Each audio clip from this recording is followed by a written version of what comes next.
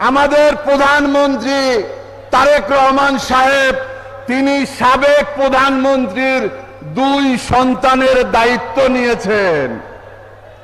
তিনি এক সন্তানকে মন্ত্রী বানিয়েছেন, আরেক সন্তানকে দেখলাম সচিব বানিয়েছেন।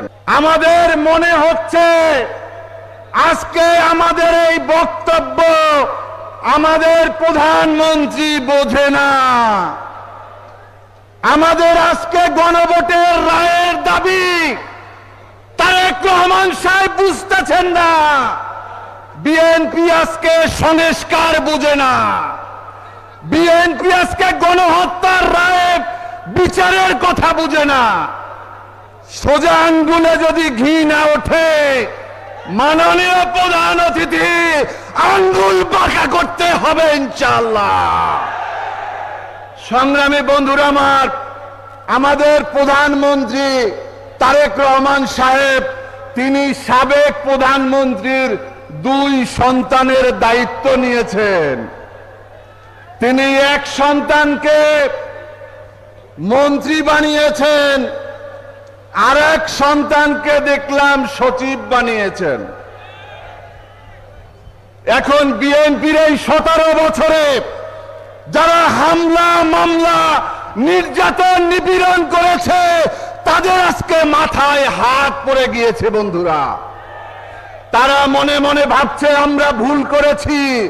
আন্দোলন সংগ্রাম না করে শুধুমাত্র 3 মাস জামাত ইসলামীর বিরুদ্ধে কুৎসা রটনা করলে আমরাও আবার সচিব হতে পারতাম।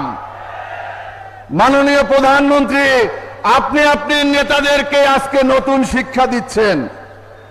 যারাই জামাতের বিরুদ্ধে কথা বলে, 11 দলের বিরুদ্ধে কথা বলে, আপনি তাদেরকে পুরস্কৃত করা শুরু করেছেন। আপনাদের সিলেটের এক আলেম দাড়ি আছে, টুপি আছে, পাঞ্জাবি পরে, আমি তাকে আলেম বলবো নাকি জালেম বলবো আমি তা বুঝতে পারছি না। তিনি এক সমাবেশে বলছে জমাতিদের লুঙ্গি খুলে ফেলতে হবে, লুঙ্গি খুলে ফেলতে হবে।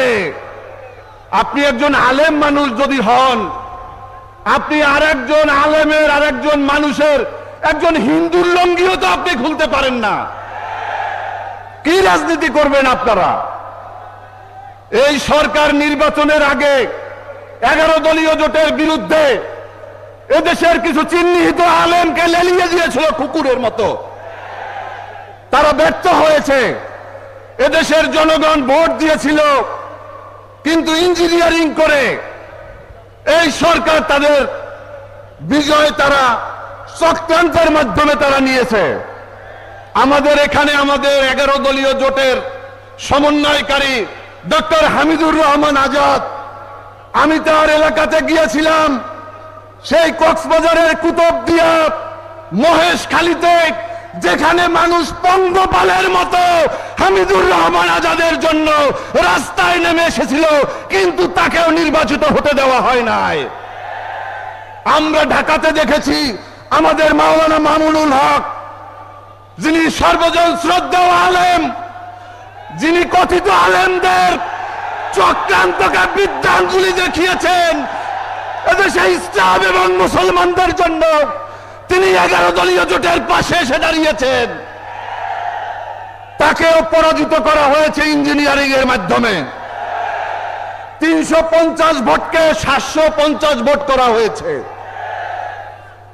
আমাদের জামাত ইসলামীর সেক্রেটারি জেনারেল অধ্যাপক মিয়া গোলাম পরোয়ারকে পরিকল্পিতভাবে হারানো হয়েছে।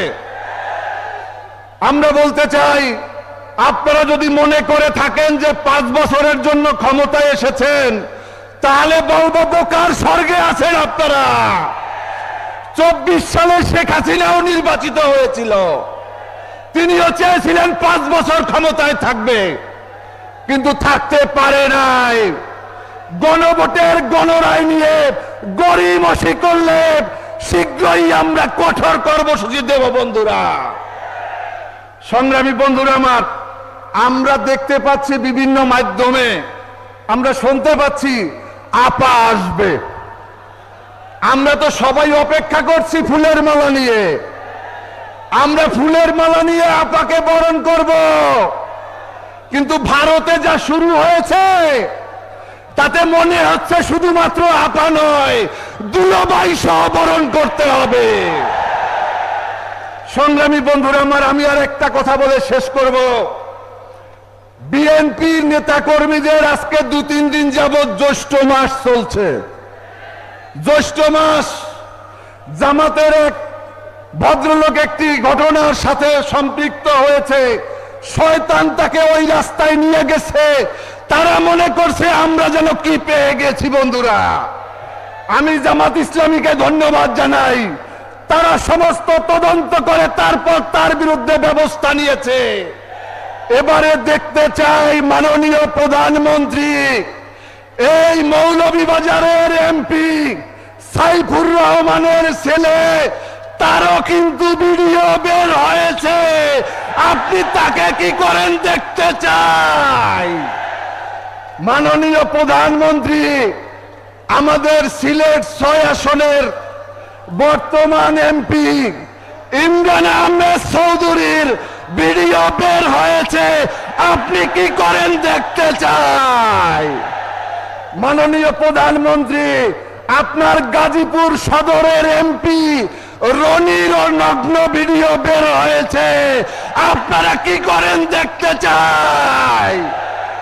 যত ধস নন্দ ঘোষ কালো জামায় কালো রঙের ডিব্ব পড়লেও দেখা যায় না, জামাত শিবির হচ্ছে সাদা জামার মতো, আলেম ওলামারা হচ্ছে সাদা জামার মতো।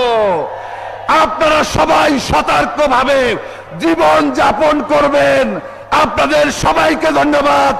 বাংলাদেশ জিন্দাবাদ, বাংলাদেশ লেবার পার্টি জিন্দাবাদ, জিন্দাবাদ, জিন্দাবাদ।